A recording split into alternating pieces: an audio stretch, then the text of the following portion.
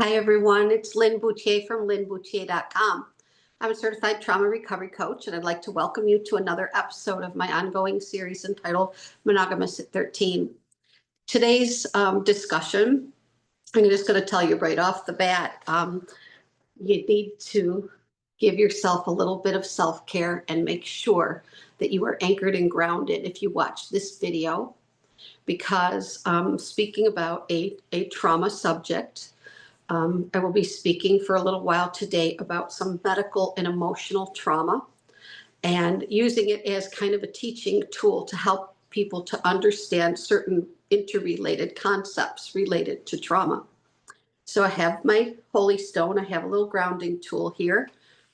And some of you also may be noticing that my videos are starting to look a little bit different. I've posted a couple where there is no background scenery. You can't see my lovely candle, but it's lit when I make a video. Even if you can't see it, it's lit. But what I wanted to say is I've been playing with new camera equipment. And there's a wonderful person who is incredibly gifted at technology who is teaching me how to use this new equipment, but I haven't worked all the bugs out yet. But this video, I really needed to have the sound right. So until we get together and work all that out with me learning videography, I'm making another video today under the old format, which is what you're used to my full-length videos looking like. But so it is a sensitive subject today, and I'm asking if you would please notice what comes up for you. Give yourself excellent self-care.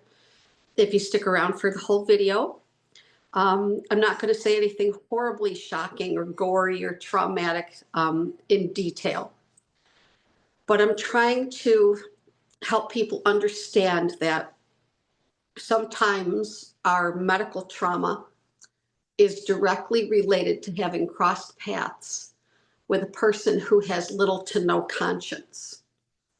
And because I've been spending a significant amount of time over the past couple years really sinking my teeth into the concepts of sociopathy and psychopathy, high antisocial traits, and narcissistic personality disorder, all of the different cut and color and flavors that it comes in. And there's a lot. And there are some that aren't widely known, but they do exist. So I'm just going to start off with, as I said, just the reminder, everyone needs to be anchored and grounded. And if the video gets to be too much for you, please shut it off and leave it for somebody else to watch and go into your highest, best self-care. So I showed yesterday in a video that I'm more than 2/3 of the way finished with Martha Stout, PhD's wonderful book that's entitled The Sociopath Next Door. And, there's so much information out about the difference between sociopaths and psychopaths. And there's an AI overview that I'm just going to go through really quickly for you in case you're not real clear on what's the difference between a sociopath and a psychopath. But I'll just go through this really quickly. It says, while sociopaths and psychopaths can be dangerous, they have different characteristics and behaviors. Under conscience, it says psychopaths have little or no conscience, while sociopaths have a weak ability to feel empathy and remorse. My experience with sociopaths is that there's a good number of them that do not express any form of conscience at all whatsoever either. But you can debate these little details. Behavior. Psychopaths are more likely to be calculating and manipulative, while sociopaths are more likely to be impulsive and prone to outbursts. Well, they want what they want, and they'll say whatever and do whatever they have to do to get it. And I believe that that's both for both of them. But I do agree that sociopaths have difficulty forming.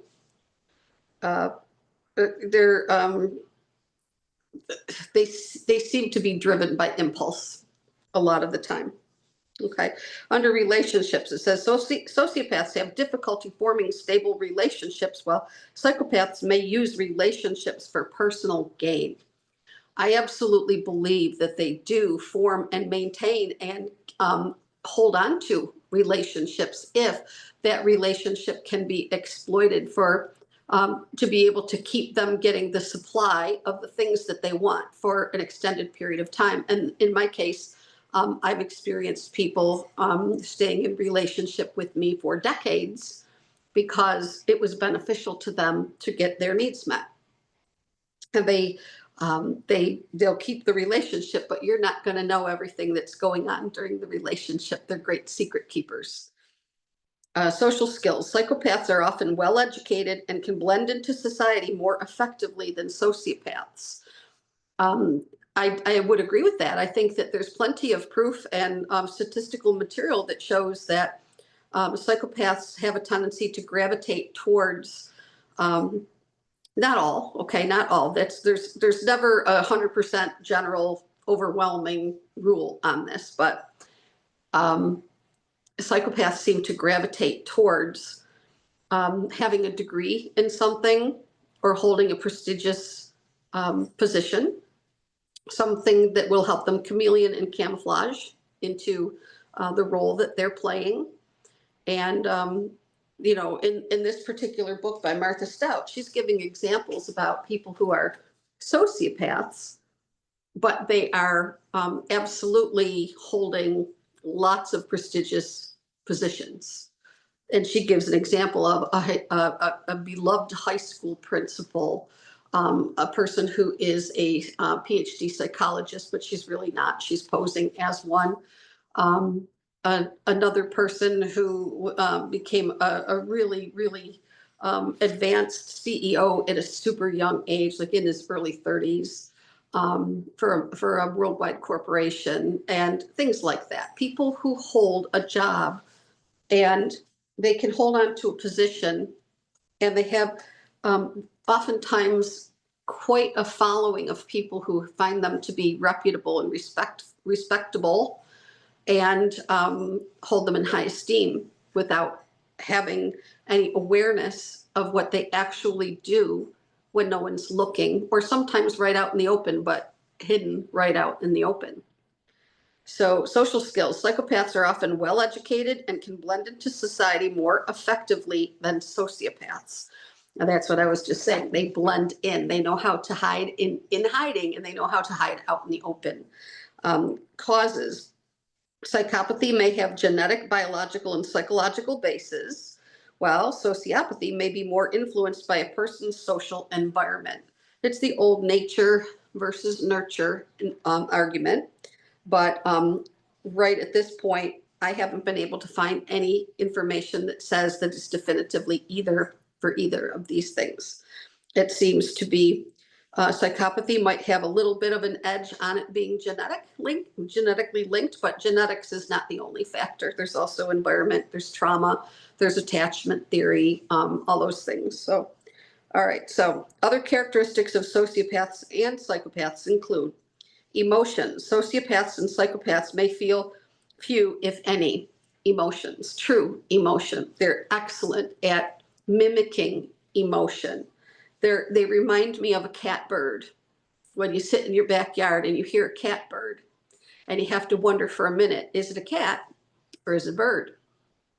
And that's what the emotions feel like to me when you're having an exchange, an interaction with a person who is either psychopathic or sociopathic, because they can mimic emotion like nobody's business. But the greatest majority of the time, it's just manufactured. It's not genuine. It is them chameleoning into society so that we cannot see that, well, there's a very common expression that psychologists use when speaking about them. And that is that they can whistle the they can whistle the tune, but they don't know the words. And that means that they know there are certain things that you're supposed to sound like, but they haven't really mastered it completely. So the best they can do is mimic to convince people that they are attuning with them, that they feel emotion along with them, and they just simply don't. Lying. Both sociopaths and psychopaths may lie pathologically. Oh man, is that an understatement?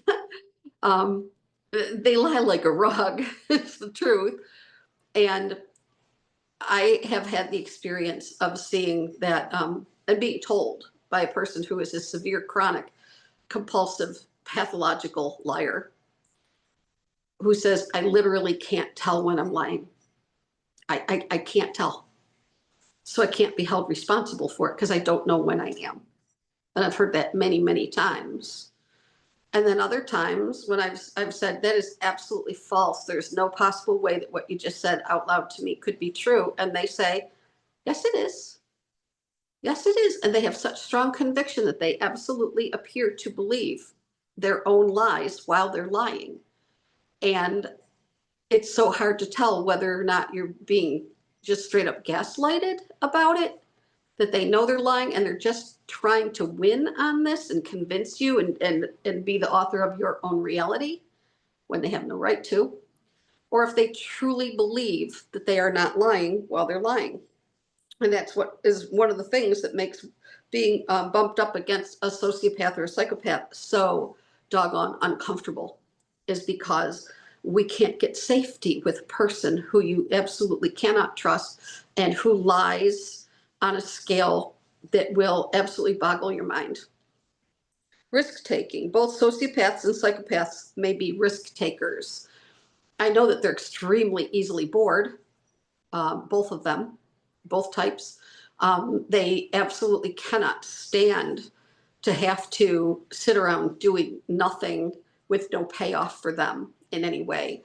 And what I mean by payoff is they seem to need to, they really, really need to have overstimulation. They love to have, like this, or, you know, this AI overview says that they love to have high stakes. They love things where there's going to be a chase. They love things where there's going to be an explosion. They love things where there's going to be something broken, dropped, destroyed, imploded, whatever. They just, it's just constant need for something exciting to be happening. That's why they love, if they go to a movie, they have to choose the movie and it has to be an action thriller, because everything else to them is just ass-numbingly boring and they cannot stand to be bored. I've seen, you know, a person who would be considered to have very high antisocial traits be absolutely unable to sit through a movie that doesn't hold their interest, because they'll just get up and walk out and go explore the lobby. Say they have to go to the bathroom, but they'll be gone for a while and they might come back with something to eat, but they can't stay in that theater and they can't give you that companionship for the hour and a half that it takes to watch a movie sometimes. And I strongly suspect some of them might even go out, when they say they're going to the bathroom, they might be taking a walk around the outside. They might be out in the parking lot. They might be checking out somebody's car in the parking lot, or they might be finding somebody to smoke something with out there, but they're not usually doing what they say that they're doing, because nobody takes 20 to 25 minutes to go empty their bladder at a movie theater. All right, so, and the last one on this list, sorry, my phone closed up. Sorry for the long wait. All right, now we go. Disregard for safety. Both sociopaths and psychopaths may disregard their own safety or the safety of others. They will risk someone else's safety in the most sickening way and not think that there is anything wrong with it. So, you know, they'll go into a restaurant and they'll overserve themselves. Let's say, for instance, a beer, 1 or 2 martinis, a couple of shots of what they like to drink, and let all that soak in. And then as soon as you're done with the meal, say it's time for you and the kids to get into the car. We're gonna drive, and you can't get the keys from them. And it's not because they're in addiction and they're stubborn. This is directly tied to their psychopathy, where they cannot stand for you to say, you are not risking my life and these children's lives. They will refuse to give you the keys. This is different than what we usually see a person who's inebriated and wants to drive a vehicle. If they're not sociopathic or psychopathic, you can almost always get the keys. You can tell them, you know, just just get in the back seat. I'll drive, or we'll leave the car here. We'll take a cab home. We'll come pick up the car tomorrow. There's reasonable ways to get around this, but with a person who loves risk taking, part of the thrill for them is to be able to get from that place to get to the hotel or home or wherever you're going without getting a police involvement. They just really, really, really love to thwart the police. So to them, that's an extra taunting thing to do. Is I'm going to get absolutely hammered. I'm going to get the family in the car. I'm going to take a ride, and I'm going to feel like I won if I got to the hotel and we didn't get pulled over and I didn't get a DWI. Then I feel like I had a big, huge success today because I got one over by breaking a law, bothering you, risking your life, risking the lives of everybody on the road, and I won. Because to a psychopath and a sociopath, that's what they're after. The big prize is winning. They want to win. They want to be the person who got away with the thing that they wanted to do. And they just absolutely can't get enough of being the person who won. They just absolutely got to get a big warm belly full of winning, because that's like food for them. So understanding the differences between sociopathy and psychopathy can help you interact with these people, set expectations, and protect yourself. And I love the way this AI overview says help you interact with them, because it's like somebody writing a manual on how best for you to interact with rattlesnakes. When you're on a hike, this is how best to interact with them. No, we don't want to interact with a rattlesnake. We want to avoid stepping on a rattlesnake. We want to avoid walking in the rocky, sunny, dry places where they would be. Incidentally, the state where I live has had snakes that have started to breed with rattlesnakes, and now rattlesnakes are being born in some areas of New York State that don't have rattles. And they're venomous, but they don't have the rattle to warn you.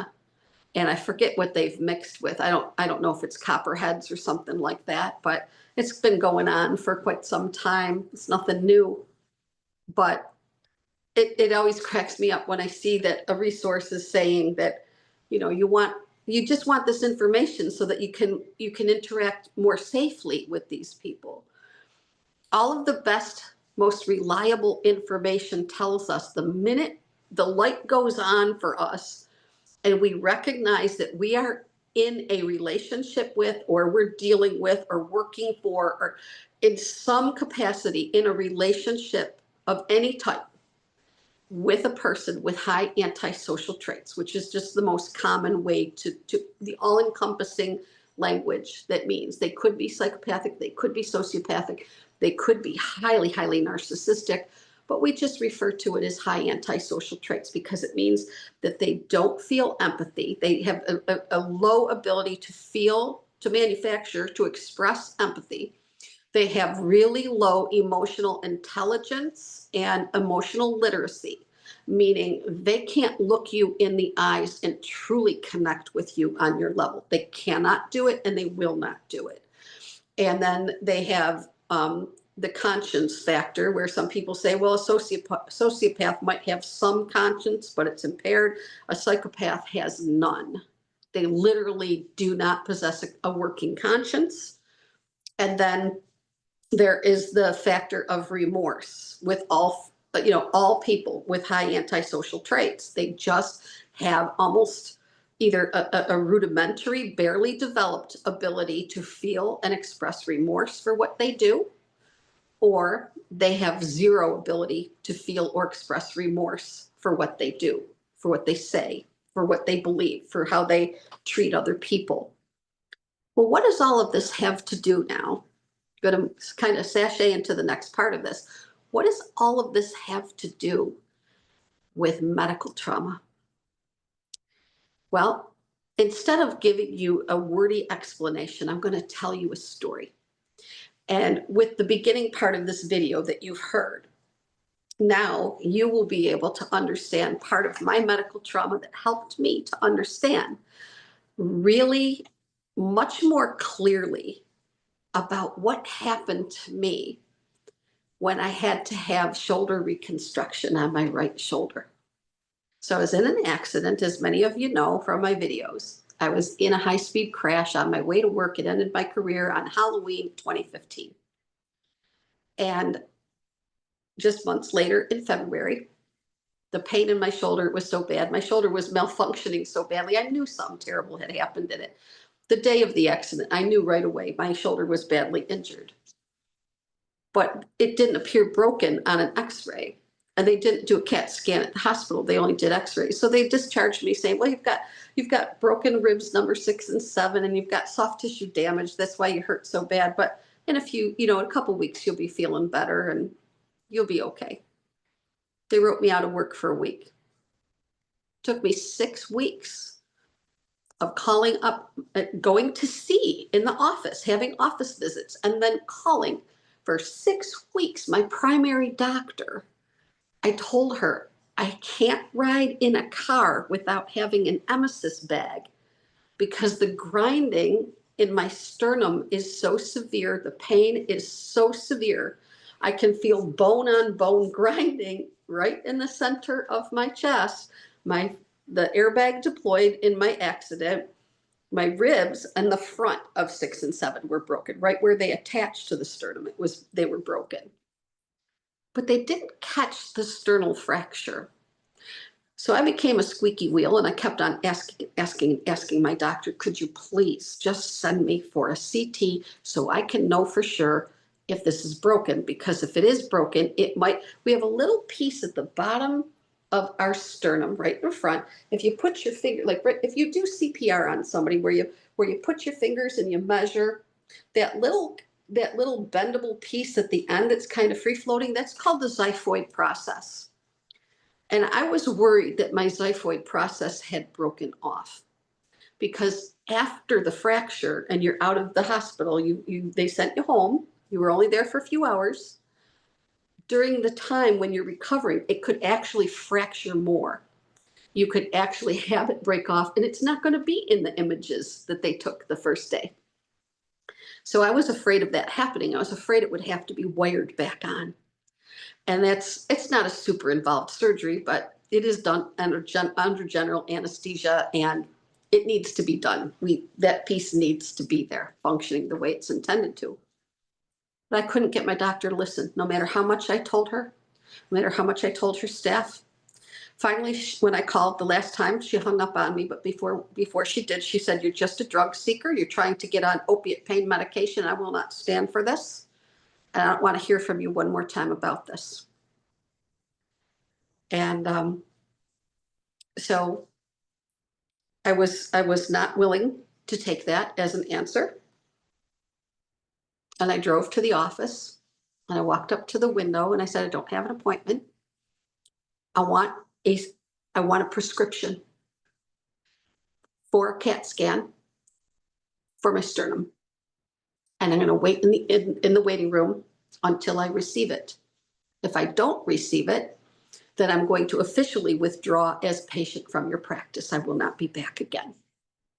And if you're going to tell me that you're not going to do it, my next step is to go in and talk to the office manager and let her know why I'm leaving." And they gave it to me. So I went immediately.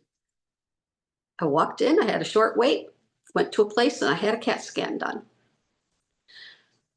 And the guy who did my scan had to print a CD for me.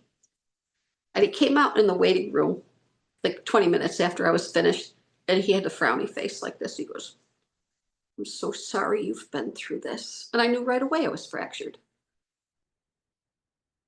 But what was making my physician, and literally it could be any person, not just a doctor, it could be anybody out in the world, what would make my physician absolutely dig her heels in and refuse for 6 weeks to let me have the knowledge of whether or not a part of my body that was hurting so severely was fractured?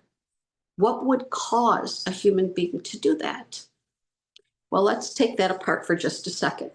A complete and total disconnect from conscience would have to be one of the reasons. a complete and total inability to empathize with another person who is in agony. When you ride in a car and the vibration of the car makes you vomit because the pain is so intense, that's an indicator right there that that person is in agony. And when I told her about it, she's like, yeah, well, if it was broken, we would have known. We would have seen it the first day. It would have showed up. There's nothing on your x-rays that says that you're fractured there, so stop it.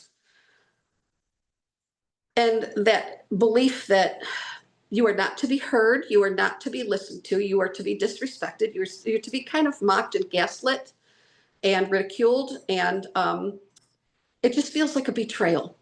Because it is a betrayal, because part of seeking our medical care is to put our trust in the medical staff that we're working with. Every single member of the staff of a medical office or a medical facility has gained our trust to some degree.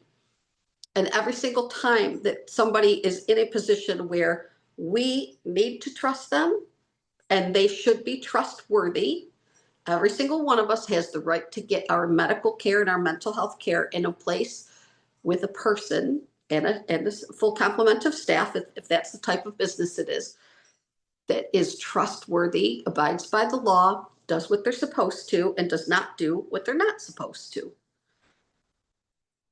But when we're dealing with a person who doesn't have a conscience, can't feel empathy, doesn't feel remorse at all for what they're doing. And I think she was enjoying playing the cat and mouse game with me, where it's just like a big F you. I don't give a shit that you're in pain. Deal with it. Eventually it's going to heal up and I don't want to hear you anymore. That is not medical care. That's abuse. That is just straight up abuse. And all abuse is traumatizing. So no, she wasn't playing with my life. She wasn't at risk of killing me through neglect. But she was traumatizing me in a sickening, despicable way that was unacceptable. And I know that some of you have heard stories from your family members or watched things like this happen with your family members, or experienced medical trauma yourself where someone would not listen to you and they called you a liar, or they implied that you were a drug seeker. And many times, like, I'd be laying in bed at night going, but what if I was a drug seeker?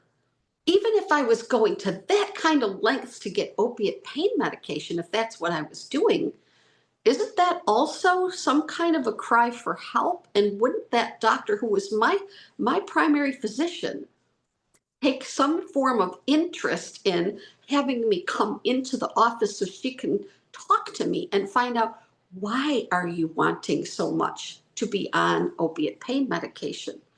But the truth of the matter is, every single phone call that I made, I never once asked for medication. The only thing that I asked for was imaging. And imaging, asking for a CT or an X-ray or an MRI, is not drug seeking. There's nothing you could do to ever make it be drug seeking, because it isn't. It's image seeking. And that is not in any way indicative of an addiction, unless you're a person who has a reputation, have built over a period of time, a reputation of, let's say, for instance, injuring yourself so that you can get medical attention, which is a different form of an attention-seeking behavior, and it is indicative of a possible mental disorder. But even then, it's still my primary doctor's responsibility. If I start exhibiting symptoms like that, that doctor would have a responsibility to start to investigate that a little bit to see what is going on with Lynn that would be making her behave this way. But that's not what was happening. This turned into a contest of the wills.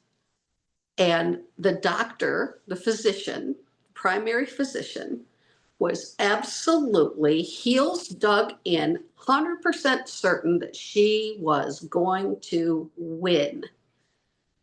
And now, knowing what I know about psychopathy, Now what I know about forcing a person to endure unbearable pain and to not care at all, to just be as callous and bitchy and disrespectful and non-empathetic and remorseless and conscienceless as a person could be.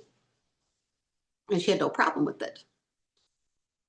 And a short time after that, I mean, at the end of the 6 weeks, after I went for, they could, when you go, and most of you know this, I'm sure, when you go have images done, if you have an MRI or x-rays, if you have a thyroid scan and uptake or anything like that, anything that you're going to have done, whatever imaging it is, the technicians who are doing the imaging are absolutely forbidden to give you any results, even if they can see it.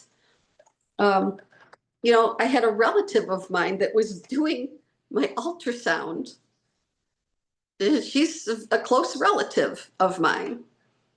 And she did have a case of the blabbity blabs, and she did tell me what was going on inside my abdomen, and she absolutely could have lost her job for doing that, because that is not okay.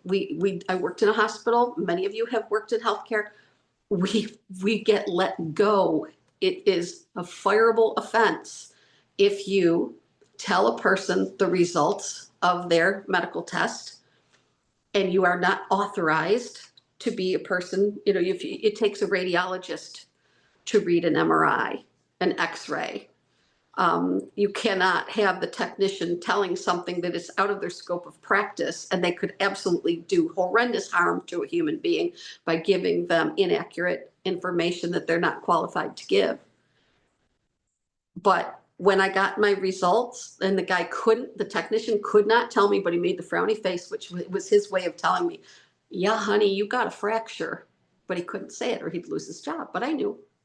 So I walked out with my disc.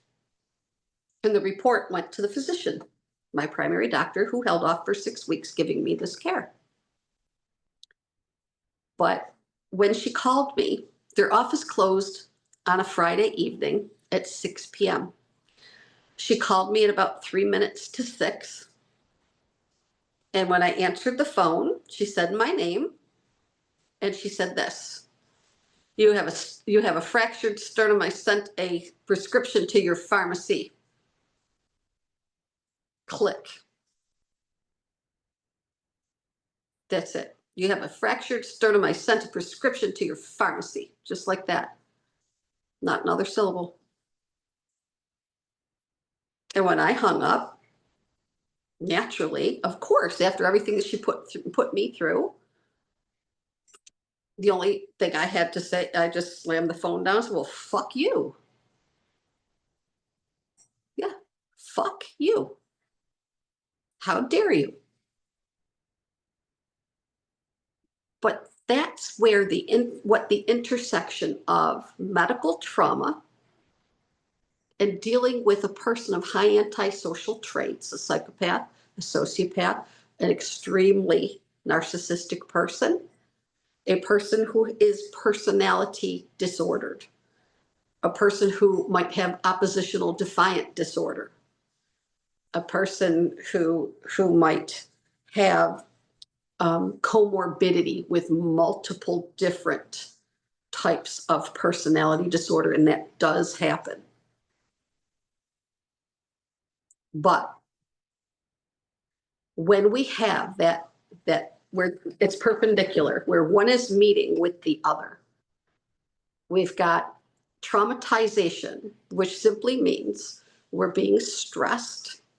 Our body is starting to have physical symptoms. We're starting to have emotional symptoms, psychological symptoms, biological symptoms, neurobiological symptoms, and it even affects our relationships and our ability to communicate with others. It affects our ability. Biological after effect would be nausea, inability to sleep, not being able to stay asleep all night, pain, having chronic pain, inflammation, all of these things, okay? Relational after effects, you start getting real crabby. And when you're in pain for that length of time and you cannot get your needs met, and there's no logical reason why somebody is not meeting your medical needs. It's just somebody giving pushback because they just want to. They just want to be oppositional and defiant, and they want to power play, and they want to withhold what you need, and they will not let you have it, because then what do they feel like they're doing? They're winning. But it can make it so that in your home with your family, you're just at the end of your rope, and you can't cope anymore. All the little things that are going on in your environment, you can't cope with them, and it erodes away, at least for a time, maybe temporarily, but it will interfere with your relationships in your household. Just your friendships, your spouse, your partner, your children.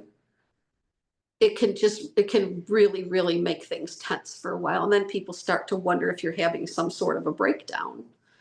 And essentially, a person absolutely could be going into a state of emotional and psychological breakdown. No doubt about it. And it's perfectly logical that would happen. That would make sense. And this does not in any way mean that the patient or the individual is becoming mentally ill. Trauma and mental illness are not the same thing. But what this means is a person would be at such a state of stress that they are now becoming depressed. They're becoming anxious.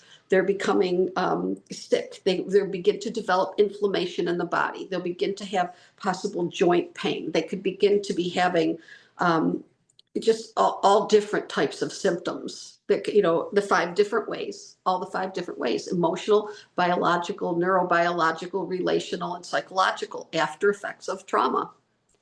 We're always affected 5 ways. And they don't have to all 5 be present, but it's not uncommon at all for all 5 to eventually develop. And for me, all 5 were absolutely there.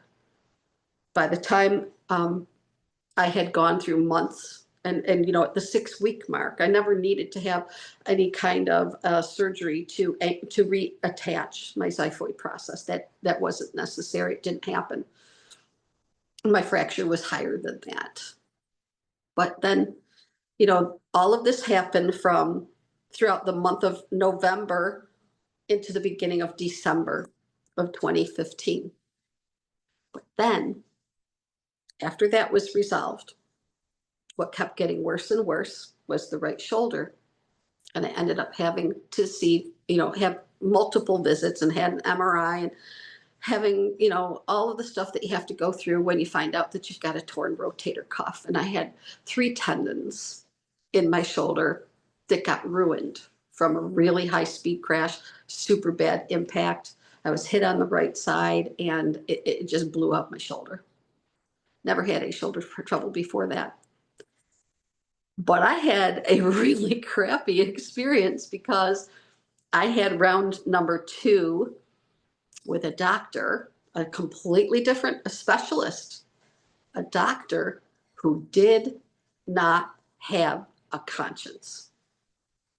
And I know this to be absolutely certain because what this individual did to me was he was just, very matter of fact and very businesslike when I was in the office, and we had set up the date for the surgery and told me that it was going to be done at an outpatient surgery center. And right there for me right now, I have to have this one done in a few weeks because there's a tear on that side now. And right away, I went to a different doctor, got my imaging, got my information, and found out that there needs to be a repair. And my response is, this will not happen in an outpatient surgery center, because I have nothing against outpatient surgery centers.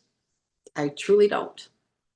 But I had a bad experience in one, and I'm never having that exact type of surgery at one again. I would go for something else, but not for this. So I ended up having to say to the new place, went to a completely different practice, non-affiliated whatsoever with the other guy. And the other guy was a brilliant surgeon, widely known in the area where I live as the guy that you went to, still is the guy that you go to if you have this type of injury. He's masterful at this type of repair. But When I woke up on a Friday, and some people say don't ever have surgery on a Friday or a Monday. Not a good idea. But mine was scheduled for a Friday, and it was scheduled for around 11 a.m., but it kept getting pushed back. And when I finally came awake in the recovery room, they told me it was 5 minutes to 5. The place was closing at 5 o'clock. And they had me, this is my first conscious awareness when I came out of anesthesia. I was standing next to the cart that they just took me off of. The wheelchair's right in front of me. They're pulling my pants up. And I'm in an immobilizer like this, big black immobilizer on my arm.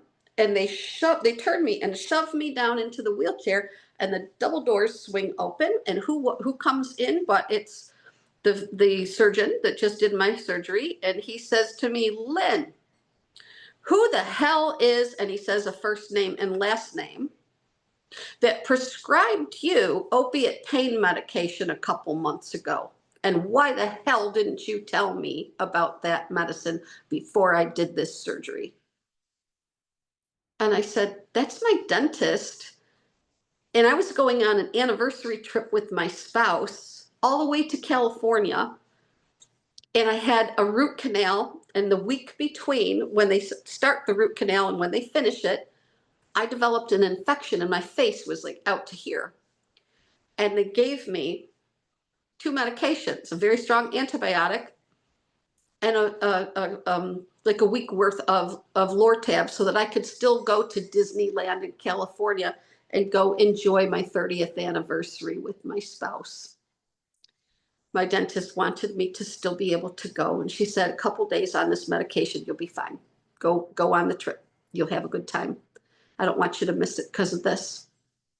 But they had used the dam, that keeps the bacteria out, and it still got in anyways.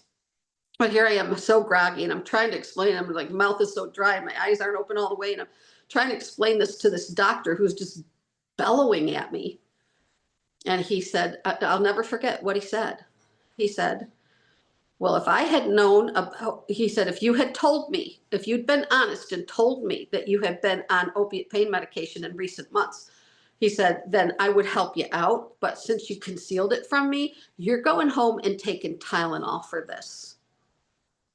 And this is the kind of gruesome part. I'm sorry, I'm not going to be super gory about it. But when you have rotator cuff surgery, this bone in your arm is called the humerus.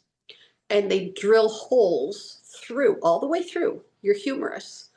And they take surgical fishing line and they create new tendons for you that attach to your muscle. And it gets knotted to your bone, goes right through the bone. And it's a special kind of knot. And they made me 3 of them. They removed 3 destroyed tendons out of there. They took them out. I had a tendinectomy. And they made me 3 new tendons. So that means for each tendon, there's a hole in the bone and there's a hole in the muscle. And so I have 6 surgical sites all around my shoulder. And I went home from that. And they send you home with the chilling ice bucket machine that wraps around your shoulder, and it just keeps on circulating it, and it really helps control the swelling, which controls the pain somewhat. But by the 5th day, I was in such severe agony that I asked my spouse to drive me to an emergency room, because I said, if somebody doesn't treat me for pain, I'm not going to survive this. I can't do it anymore. It's so severe. I can't continue on. I cannot live this way anymore. I'm going to die. And I'd never been in pain so bad before in my life that I believed I would die from it. But I was then, and it was amping up from the moment I got it, from when the anesthesia wore off that evening.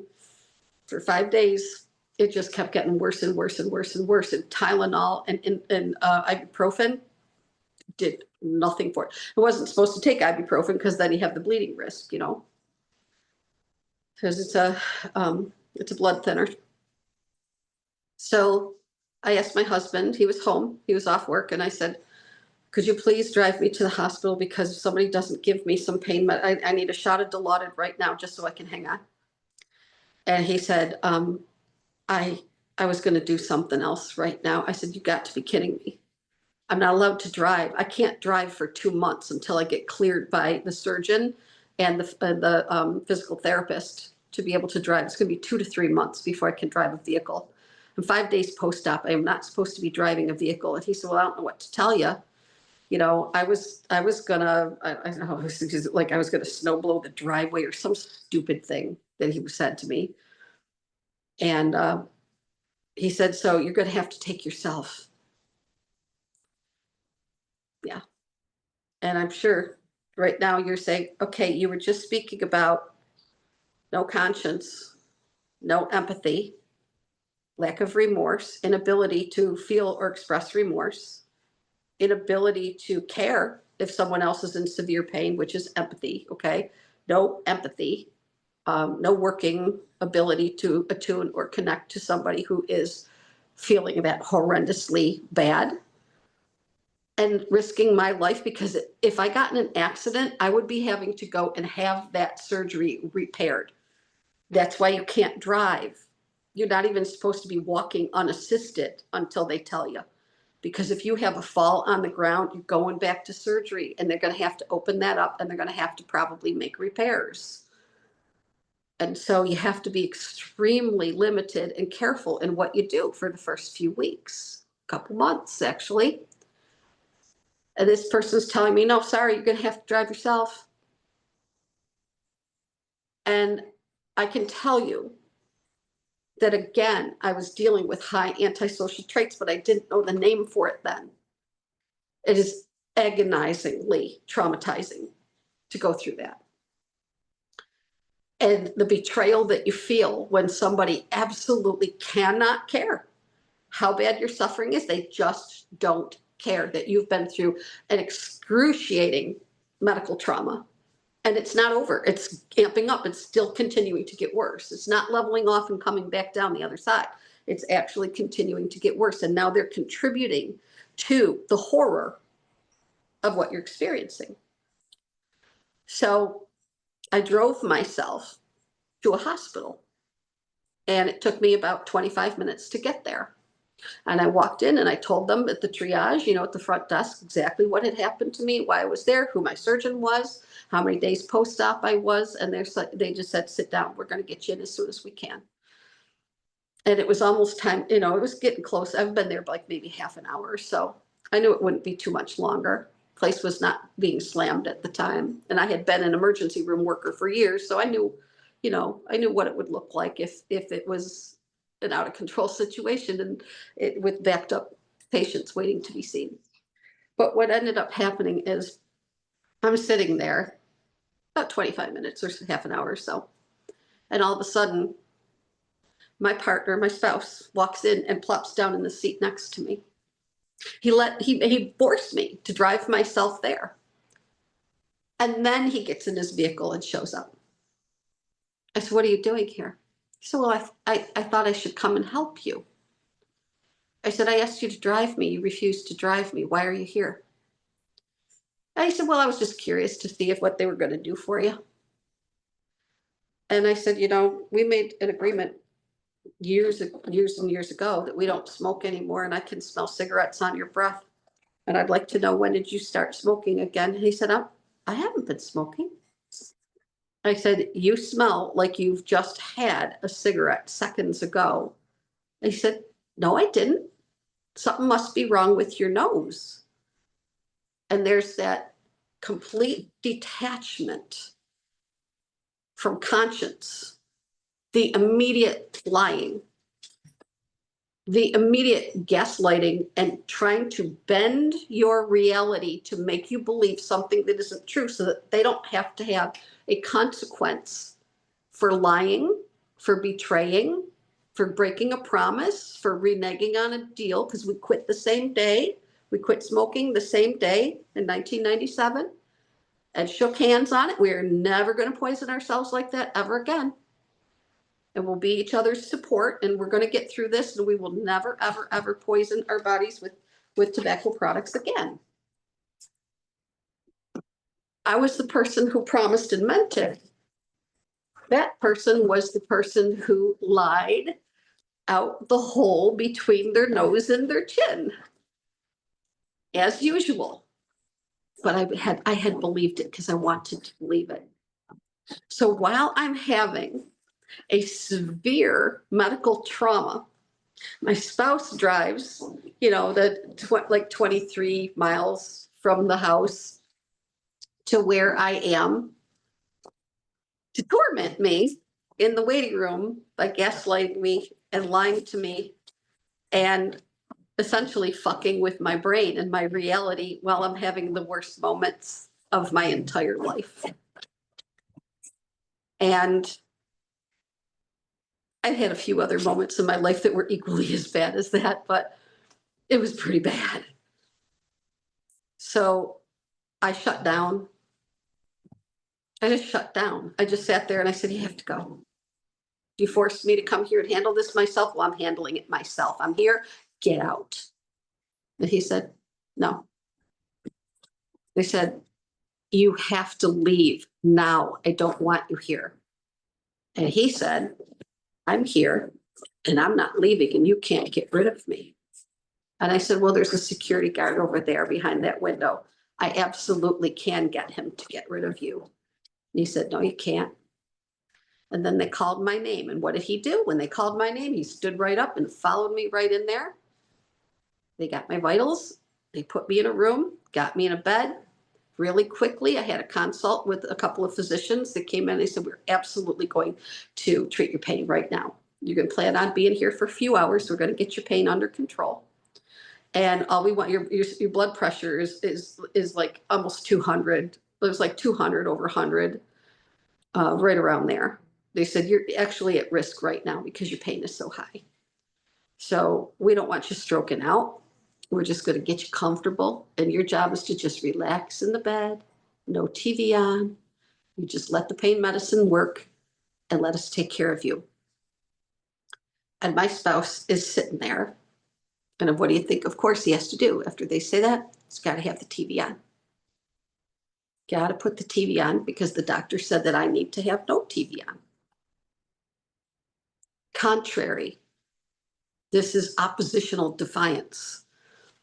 This is a person who has to win. Everything is a game with one of these people. You please understand that. Everything is a game to them, where it's my will against your will. It's a contest, and I'm going to win. And I don't care if it's because if the rule is that you can't have gum, you can't chew gum here, or if it's you can't bring guns in here. They don't care. They're still gonna win. It's that extreme. If there's a rule, they're gonna break it. If somebody is in agony, they're gonna make it worse. If somebody has a need, they're gonna deny it. If somebody is sick, they're gonna ignore it. If somebody's in pain, they're gonna smile and grin while you're in pain and then say, I'm sorry, are you still uncomfortable? And just look at you, tilting their head and looking you right in the eyes and say, are you still uncomfortable? When you say, I'm in such pain, I'm afraid I'm going to die. And they'll gaslight you by calling it discomfort. Or they'll say, come on, it's not that bad. I got my hand crushed one time. This cannot be as bad as that. They'll make comparisons to make you feel the betrayal. They want you to feel betrayed. They want you to feel hurt. They want you to feel marginalized, abandoned, worthless. They want you to feel that you are nothing. And that way, if you're nothing, you can't harm nothing. You can't be a problem towards nothing, right? That makes it all go away. If that person is nothing, then you haven't harmed anyone. It gets very, very, very convoluted. It is so extremely complex, and at the same time, it's as simple to figure out as an abacus. It is absolutely complex and incredibly simple at the exact same time, which is mind-blowing for people. But this is what the man who did my shoulder surgery set me up for. He wasn't responsible for my spouse having high antisocial traits. and the ability to inflict immense, immeasurable, horrifying cruelty on another human being. But I had a physician who did the kickoff. And he was very, very happy to do it. And he was enjoying it. And I never even knew that a person could wake up from surgery with having their surgeon fucking swearing at them. That's what happened to me. The surgeon, who the hell is blah, blah, blah, the dentist's name, didn't call her doctor. It was just her first and her last name. And why the hell didn't you tell me about this? And it was months later, when all of a sudden it occurred to me. It was 5 o'clock on Friday. I wonder what drug he was jonesing for at that moment. It took me that long to go, oh, I wonder. Because incidentally, partner at the practice across the hall, which was my spine surgeon. At the time, I didn't have spine surgery. They discharged me from the practice because I refused to have surgery. And they said, well, then we're not going to treat you anymore. You're just going to get discharged out to pain management. And he gave me a card for a doctor in the city of Buffalo who is right now, at this very moment, still doing time in prison for over-serving himself and for having his patients hopelessly, horrendously overprescribed and hopelessly addicted through his irresponsible behavior and his ineptitude and his malpractice. He had himself hooked on opiates and his patients hooked on opiates in quantities that no physician should ever be putting into human bodies. And he gave me that guy's, this is not the surgeon who did my shoulder, it's the guy who discharged me from the spine practice across the hall. But I was seeing both of them. And what ended up happening is he said, well, we can't see you anymore, so I'm giving you this. And he pulled out of his lab coat, hands me a business card, and I took it home and I Googled that doctor, and that's how I found out that that doctor was currently in the Gray Bar Hotel. He's passing out business cards for his patients to go to a doctor who he didn't even fucking know was in prison for severe malpractice. And I don't even know if that doctor had actually been responsible for the deaths of anybody. I suspect that he was. I don't know. I never looked into it that far. But this is what I'm speaking about when I say we as trauma survivors can help ourselves by understanding that when we're dealing with severe medical trauma because of the ineptitude or the cavalier attitude or the lack of conscience or the lack of empathy or the lack of remorse, the inability to attune and connect and behave with love, light, truth, compassion, and human decency towards our fellow human beings, towards their patients. And then we can go to some place like the hospital that I went to, where I'm in the bed and my spouse won't get out of the room. And finally I said to him, you have to get out of this room right now. I cannot stand to be in your presence right this minute. And he still said, not going. He was loving it. He was snorking up supply all over the place, sucking it up with his big proboscis. I meant to say a proboscis, like a mosquito, just sucking up that supply and watching me writhe in pain and watching me have that powerless feeling of, I can't get you out of my room. You abused me at home. You abused me here, and I can't get you out of here. And some people that I've told this story have said, why didn't you just call security and have him thrown out? And my answer is because at that moment, I was gorked on, dilaudid. That's the answer. I was just absolutely effing gorked at that point. They shot me full of pain medicine, and my job was to just lay there and let it work. So I had to drive myself all the way back. And I did it. I didn't get out of there until early evening. And they had to let me, process that medication out of my body long enough that I could operate a motor vehicle. It's a short-acting drug. Usually only lasts about 4 hours. But yeah, they sent me a prescription and said, you absolutely have to be on a medication to control your pain because your blood pressure will go so high. The greatest risk is that you could turn suicidal, which I was already there. I don't mind saying that. I told them that when I went in. If I'm not treated for my pain, I will not make it back home. I already know where I will jump.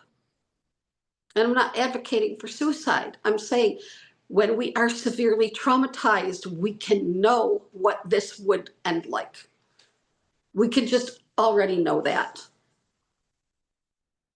But it should never get to this point, should it? It's okay to be angry. It's okay to feel the emotions about this. It's okay to listen to a trauma coach who's telling you the truth about what happens because our world has antisocial trait people in it. This is the harm that gets done to people. This is the trauma that is left inside of a human being because somebody else didn't have a conscience. Somebody else couldn't feel empathy and somebody else couldn't feel remorse. So these people can hold very, very high positions in society. They can be absolute savants doing the most complex surgeries in hospitals, and people come from miles around, out of state. They'll cross state lines to go have surgery with this phenomenal individual. But just because they can do amazing healing practices for people does not mean they're ethical.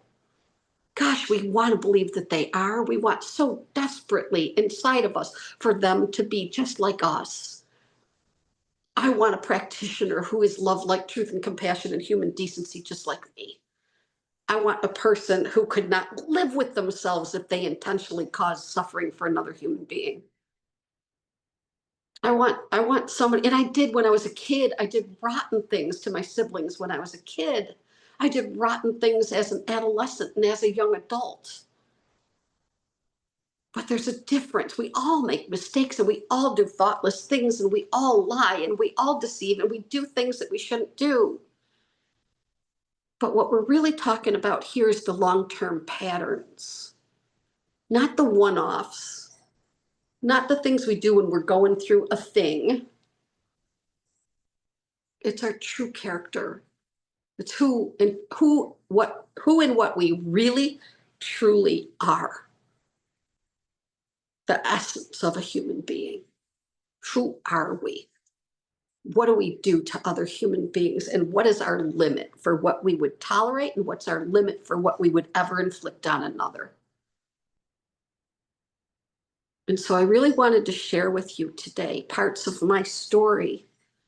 For those of you who have medical trauma, I want to help you to understand what is at the root of what felt so awful about what happened to you. Because I hate this silly expression, but I would bet dollars to donuts it had something to do with somebody didn't listen to you. I would bet that it had something to do with when you were in agony, somebody said you weren't. Or somebody accused you of trying to get or be or do or have something that you were not trying to manipulate at all. But they accused you of being a manipulative person. And then they pull back and say, so that's why I'm not giving you what you need. Because we never want to give in to a highly manipulative patient. Oh, no, we can't have that. Gaslighting you, making you think that you're a manipulator when you aren't. You might have been saying to somebody in a hospital, and I've had this experience too. My hand looks like a grapefruit. My IV is infiltrated. Can somebody please come and do something about this? And they say, all IVs swell a little bit. There's inflammation around it. It doesn't mean it's infiltrated. There's nothing wrong with it, honey. We'll see you in a little while. What do we do with that? When somebody doesn't want to get up, set their phone down, walk down the hall, walk in the room, lay eyes on your hand that's all infiltrated and in agony. We got to do better than that. But as the trauma survivor, how do we get hurt? How do we get hurt? Because the last thing we want to be is a problematic person, right? We've been through so much. We've been betrayed so many times. We've been mocked. We've been gaslighted. We've been humiliated. We have been shamed. We have been marginalized and put on the periphery and, pushed out of our families or hung on to too long. We've been parentified. We've been infantilized. We have been lied to. People have made a mockery of us. And I'm not just crying victimhood all over the place here. I'm talking about the reality of trauma. So what do we do? How do we get our needs met? How do we start advocating for ourselves? Well, I'm going to ask you for something. I don't like to share someone's intellectual property, like going all through a book on one of my videos, which will help drop the sales of somebody's book that's available on the market. This is not a new book. It's been out for years and years. But if you read this book, take it out of your library or buy yourself a copy. You can get a copy on the internet for just a few bucks. But the price on the back of this book is $15.99, $21.99 Canada. And my very special friend in British Columbia, hello. I hope you're doing well today. Thinking of you. But when we have a resource like this, I can tell you in the back third of this book, there is a list of all the things that we need to recognize. They are, I'll tell you what the chapter is called. It's called 13 Rules for Dealing with Sociopaths in Everyday Life. I'm not going to read the paragraphs to you so that you can read the book yourself, but I'm just going to give you a list of the 13 things, okay? And they're pretty self-explanatory. First one is the first rule involves the bitter pill of accepting that some people literally have no conscience. Number two is in a contest between your instincts and what is implied by the role a person has taken on, educator, doctor, leader, animal lover, humanist, parent, go with your instincts. And that means not by what they say. Go with your gut. You can believe your gut. That's number two. Number three is when considering a new relationship of any kind, practice the rule of threes.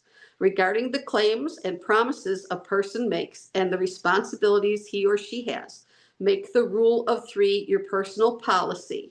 And what that means, I'm just going to give you really quickly. If they lie to you 3 times, nope. They deceive you 3 times, nope. They betray you 3 times, nope. The rule of threes means you kick their ass to the curb if they have a pattern of 3 or more times of doing something rotten to you, because that is right there, the pattern that is safe for us to say, I know what that is. And an expert who wrote this book on sociopathy has years of research in this. And I can trust Martha Stout, PhD. She's telling you the truth. Number 4 is question authority. That one's self-explanatory. Number 5 is suspect flattery. They flatter the snot out of you. I'm sorry for being vulgar, but I talk that way sometimes. That's what they do. Number 6 is, if necessary, redefine your concept of respect. They will try to define what respect is for you and hold you to that, but it's not real respect. Number 7 is do not join the game. Do not play.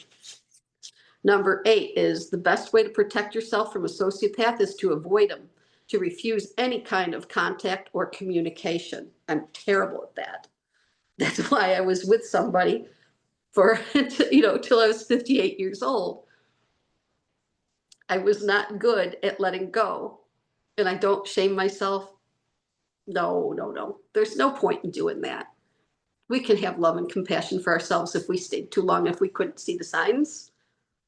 But you're watching a video here and you're learning about it. So pat yourself on the back. You're doing really, really good. Number 9 is question your tendency to pity too easily. These people play on your sympathy. They want you to feel sympathy for them. And when you're not with them, guess what they're doing? Complaining to everybody about what a burdensome, horrible thing it is to have to put up with difficult you. I didn't know that for decades, that somebody was going on the pity tour and always talking about how awful it was to have to be with me. And while they were with me, acting like I was just the greatest thing since sliced bread a good portion of the time. Number 10 is do not try to redeem the unredeemable. Number 11, never agree out of pity for any other reason to help a sociopath conceal his or her true character. I heard this expression so many times. We're married. We're supposed to cover for each other. That's our responsibility, is to cover for each other. Oh, what? I took marriage vows in 1985 done by a Catholic priest in front of God and family and friends and community. And no one ever said in that church, in those vows, that my job and his job was to cover for each other. That's pure horse pucky. Number 12 is defend your psyche, self-explanatory. And number 13 is my favorite, and that is living well. Oh, number 1 is my favorite, actually, to understand there are people who have no conscience. But my second favorite is number 13, living well is the best revenge. And that's even true, even if your medical doctor or your surgeon, same thing, not your regular doctor, but a specialist, a surgeon. If a mental health practitioner, if somebody is doing something that you just in your gut know it isn't right, trust your gut. It's our second brain is between our neck and our stomach. It's called the second brain for a reason, the gut. It's where the solar plexus is. It's this massive network of nerves.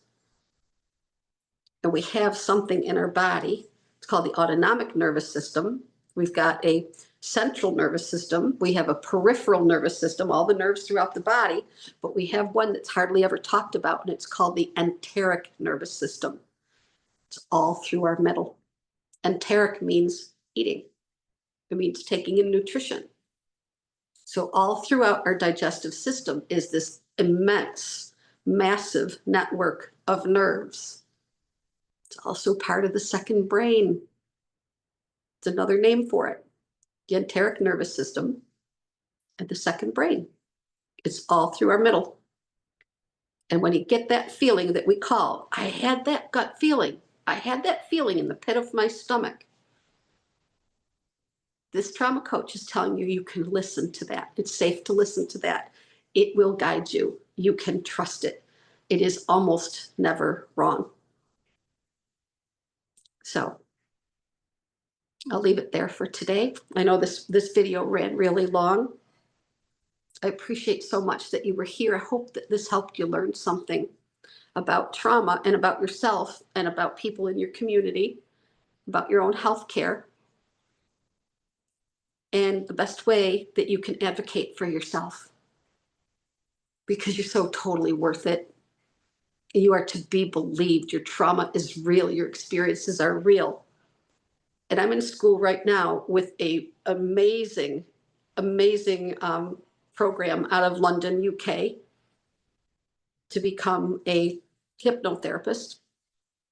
And the most important thing that they've said so far, the instructor who owns the school teaches every one of the classes herself. And she says again and again and again and again and again and again and again, remind your clients that the very realest thing they will ever have throughout their whole life is their feelings. There will never be anything that they experience that is more real to them and more real, just plain real, than their feelings. And I think that every trauma recovery coach should know that too. And every human being on the planet should know that. So thank you so much for being here. If you're interested in working with me as your certified trauma recovery coach, I would love to hear from you. I would absolutely love to work with you on your trauma and on your path to recovery. And you can find me, linbouthillier.com. My website will be under construction for a little while. And easiest way to contact me would be through email, lin@linbouthillier.com, or you can just call my phone number. It's 1-716-994-3052. If you're calling from Canada, it would be a different prefix number. And I'm sorry, I don't know what that number would be, but it's area code 716-994-3052. And I love to have phone calls from people who are seeking information and would like to have a discovery call. I charge a very small nominal fee for discovery call because usually it takes up to an hour, or right about an hour, to have that discussion. But I'll stay with you on the phone until all of your questions have been satisfactorily answered for you. It's really important to me that you receive that. So if you like my channel, if you're enjoying my YouTube channel, please hit the like button. Do it now. Just hit the like button and put comments in the comments section. And it helps the algorithm so much if you will comment on other people's comments on my channel, because YouTube loves that, and it helps me to be seen by more people, which means more resource for more trauma and abuse survivors, which thrills me to be able to do that. And hit the notification bell. And I really am excited about making more videos and interacting with all of you. I appreciate all of you so much. And I just want every wonderful, good, new, healthy thing for you in 2025. So I'll see you in the next video. Thanks, everybody. See you next time.